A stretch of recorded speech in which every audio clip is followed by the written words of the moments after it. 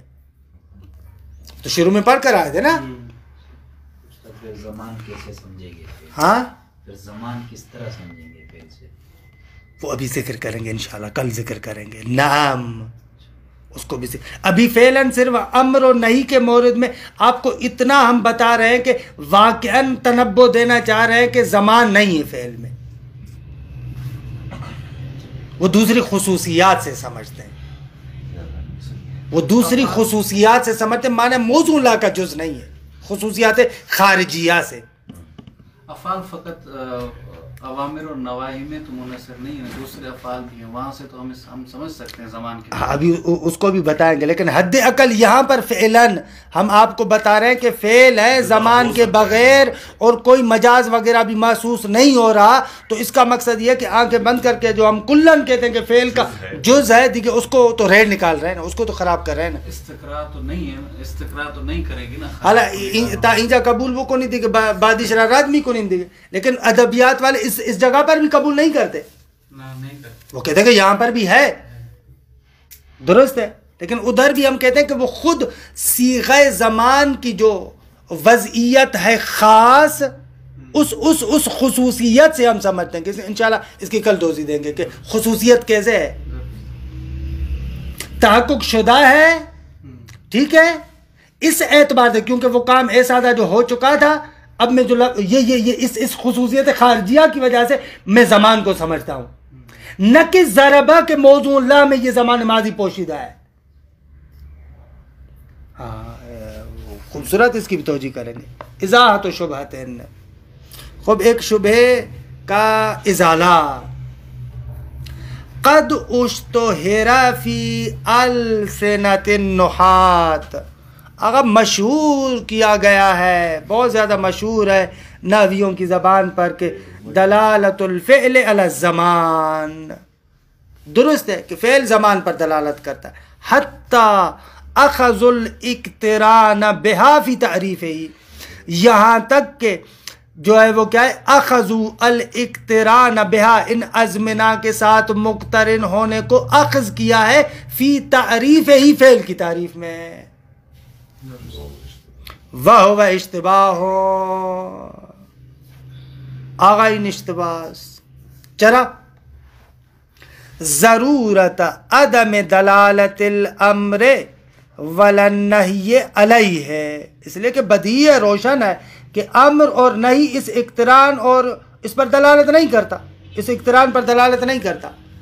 بل علی انشاء طلب الفعل او الترک، بلکہ امر اور نہیں طلب فعل اور طلب ترک کے انشاء پر دلالت کرتا ہے.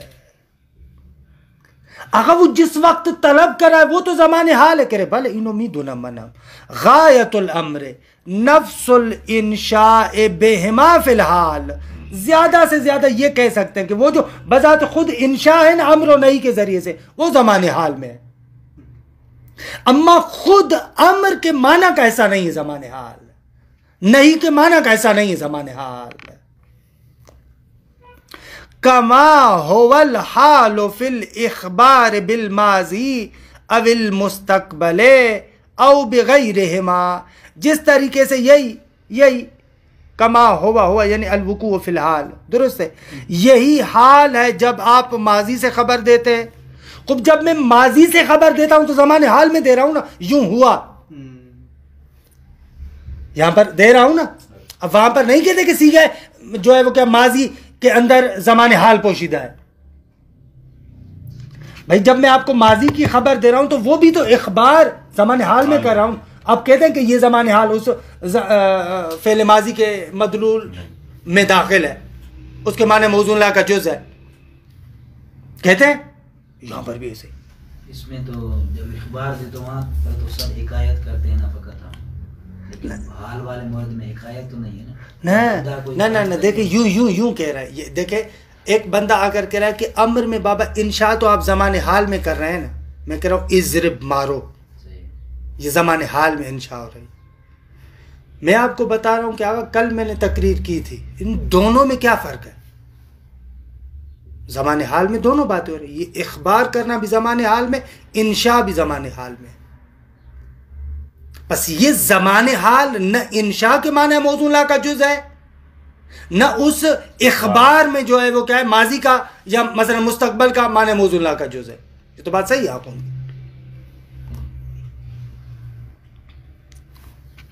کما هو الحال فی الاخبار بالماضی او المستقبل، درست ہے، او بغیرہما، یا ماضی اور استقبال کے علاوہ میں بھی ایسے ہی ہے. اس میں فاعل مثلا آپ استعمال کرتے ہیں اور جس طریقے سے آپ جو تعبیرات استعمال کرتے ہیں سب میں ایسے. کما لا یخفا، روشن ہے بابا، مطلب واضح ہے. بل یمکن منع دلالت غیرہما، ابھی تک ہم نے امر اور نہی کو رد کیا. اب تھوڑا سا آگے چلتے ہیں. بل یمکن منع دلالت غیرہما من الافعال علی الزمان، بلکہ ممکن ہے کہ امر و نہی کے علاوہ جو افعال ہیں وہ بھی دلالت زمان پر کرتے ہو، اس کو بھی آپ منع کریں. ان کے بارے میں بھی کہیں کہ نہ وہ بھی زمان پر دلالت نہیں کرتے. الا بالاطلاق والاسناد الی الزمانیات، مگر یہ کہ جب آپ زمانیات کے موارد میں جو زمانی چیزیں ہیں ان کے مورد میں جب آپ اطلاق کریں تو زمان پر دلالت ہوتی ہے، لیکن وہ بھی کہیں گے کہ اور خصوصیت کی وجہ سے، وگرنہ خود معنی موضوع لا کا جزو نہیں ہے. زمانیات ایسے ہیں نا، مثلا ضرب زیدون، خوب زید بھی زمانی، امر بھی زمانی ہے. وہاں پر آپ ٹھیک ہے زمان کو وہ سمجھتے ہیں، وہاں پر دلالت ہے، درست ہے، وہاں پر زمان پر دلالت کرتے ہیں. وہ جن زمانیات کے مورد میں آپ استعمال کر رہے ہیں وہاں پر ہوتی ہے. اما غیر زمانیات میں استعمال کرتے ہیں وہاں پر زمان میں دلالت ہوتی ہے. خوب وہاں پر مجاز کو محسوس کرتے ہیں. خوب اس کا مقصد یہ ہے کہ پس یہ جو زمان پر دلالت زمانیات میں اور غیر زمانیات میں زمان پر دلالت نہیں ہے، اس کا معنی موضوع لا کے ساتھ کوئی دخل نہیں ہے، شیء خارجی ہے، قرینہ خارجی ہے کوئی. الا بالاطلاق والاسناد الى الزمانیات والا لازم القول بالمجاز والتجرید عند الاسناد الى غیرها من نفس الزمان والمجردات. وگرنہ اگر آپ کہیں کہ ناغا فعل زمان پر دلالت کرتا ہے، اگر آپ اس کو کہیں تو پھر لازم آئے گا کہ آپ مجاز کے قائل ہو جائیں اور قائل ہو جائیں تجرید کے، کہ معنی موضوع لا کے ایک ٹکڑے کو پکڑ کر باہر پھینکے. ایک زمان ہے اور ایک معنی ہے نا، اس زمان والے ٹکڑے کو پکڑ کر باہر نکالے آپ. کب عند الاسناد الی غیرہا، جب آپ اس کی اسناد اور نسبت دیں غیر زمانیات کی طرف. حالا غیر زمانیات چاہے وہ خود زمان ہو یا مجردات ہو، زمان کے زمانی نیست.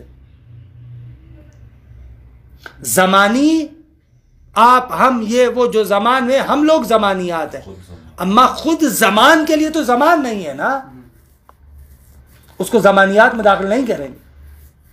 درست ہے استاد، اقتران کی جو تعریف ملاتے ہیں لفظ، اس اقتران سے کیا مطلب؟ یعنی معنی موضوع لا کا جز ہے، وہ جزیت سمجھتے ہیں. بڑھے دی گئے، یہ تو ہے مشخص ہے. مطلب اگر اقتران سے یہ کہیں کہ وہ جو فعل ہے وہ ازمان میں سے کسی نہ کسی کے ساتھ ملا ہوگا، یعنی جب وہ واقع ہوگا تو نہ تو پھر یعنی اسم جب میں وہ واقع ہوگا. اسم میں اور اس میں کیا فرق ہے؟ تو اسم بھی ایسے اگر زمانیات کے مورد میں ہو تو تینوں زمانوں میں سے کسی نہ کسی ایک کے ساتھ مقترن ہوگا. ثبوت ہے نا، اس میں تجدد ہے نا. کیا مطلب جب یہ فعل واقع ہوگا تو کسی زمانے میں ہوگا. ایسے تو اسم بھی ایسے زاربن آغا، زاربن کیسے مضروب کیسے، جتنے بھی یہ اسماء یہ کیسے ہیں، کسی نہ کسی زمانے میں اقتران سے یہ جزیت ہی مانا لیتے ہیں. بھلے اگر اس کو تحلیل کر کے جیسے بیان کیا، جیسے آقا مظفر نے تحلیل کیا، تو تحلیل ایسے کرتے ہیں کہتے ہیں فعل کے اندر دو چیزیں، ایک مادہ ہے ایک حیت ہے. خب مادے کے لحاظ سے معنی مستقل پر دلالت کرتا ہے، ضربہ کتبہ، کتبہ یکتب اکتب، مادے کے لحاظ سے کتابت پر دلالت کرتا ہے. حیت کے لحاظ سے کتبہ دلالت کرتا ہے کہ یہ جو معنی مستقل ہے اس کی نسبت دی گئی ہے فاعل غیر معین کی طرف زمان معین میں. یہ معنی کرتے ہیں نا. بس مادے کے لحاظ سے اس کا ایک معنی ہے اور حیت کے لحاظ سے یہ ایک معنی ہے. بھلے دیکھیے یہ تو اقتران کی نسبت اس چیز کی طرف، بھلے اقتران یعنی ہمیں کہ جس کو ایسے کھولا ہے. آقا مظفر نے اچھا کھولا ہے المنطق کے اندر، اچھا کھولا ہے کہ بابا حیت کے اعتبار سے ایک فاعل غیر معین کی طرف کسی زمان معین میں نسبت تامہ رکھتا ہے. ایسے جب مطلب ضارب بھی کہتے ہیں تو بھی تو اس کے ضرب کسی زمان کے ساتھ ہی کرتے ہیں نا. پھر فعل سے کیسے جدا ہوا؟ اسم سے. ضارب تو اسم ہے نا، فعل سے کیسے جدا ہوا؟ البتہ آقا مظفر اس کو ایک اور قید سے خارج کرتے ہیں، زمان والی قید سے خارج نہیں کرتے. آقا مظفر اس کو خارج کرتے ہیں کہ بابا حیت کے لحاظ سے دلالت کرے کہ فاعل غیر معین کی طرف زمان معین میں نسبت تامہ رکھتا ہے. اس نسبت تامہ سے اس کو خارج کرتا ہے، کیونکہ جو اس میں فاعل ہے اس میں مفعول ہے، اس میں نسبت تامہ نہیں ہوتی، اس فاعل کی طرف نسبت ناقصہ ہوتی ہے. المنطق کے اندر جو انہوں نے اخراج کیا ہے زمان سے اخراج نہیں کیا، اس نسبت تامہ سے اخراج کیا ہے. کہ شاید ان کے ذہن میں بھی یہی تھا کہ زمان تو ہے یہاں پر. البتہ جو مشہور ادبا ہیں وہ کہتے ہیں کہ نہ، اس میں فاعل زمان پر بالعرض دلالت کرتا ہے، بالواز دلالت نہیں کرتا. مشہور جو ادبا ہے مثلا جیسے آغا کی کتاب اٹھا کر دیکھیں آپ، جو سمدیہ کی شرح ہے الکلام المفید آغا مدرس افغانی مرحوم کی، یا مثلا جو ہے وہ کیا مقررات وغیرہ یا دوسرے جتنے بھی ہیں، وہ سارے کے سارے اسی طریقے سے خارج کرتے ہیں. کہتے ہیں کہ اس میں فاعل میں بالواز زمان نہیں ہے، بالعرض ہے، بالواز نہیں ہے، وضعاً زمان نہیں ہے. خوب انشاءاللہ بقایا کل پر رکھیں گے. وصلی اللہ علی محمد و اہل بیتہ الطیبین الطاہرین. اللہم صلی علی محمد و آل محمد.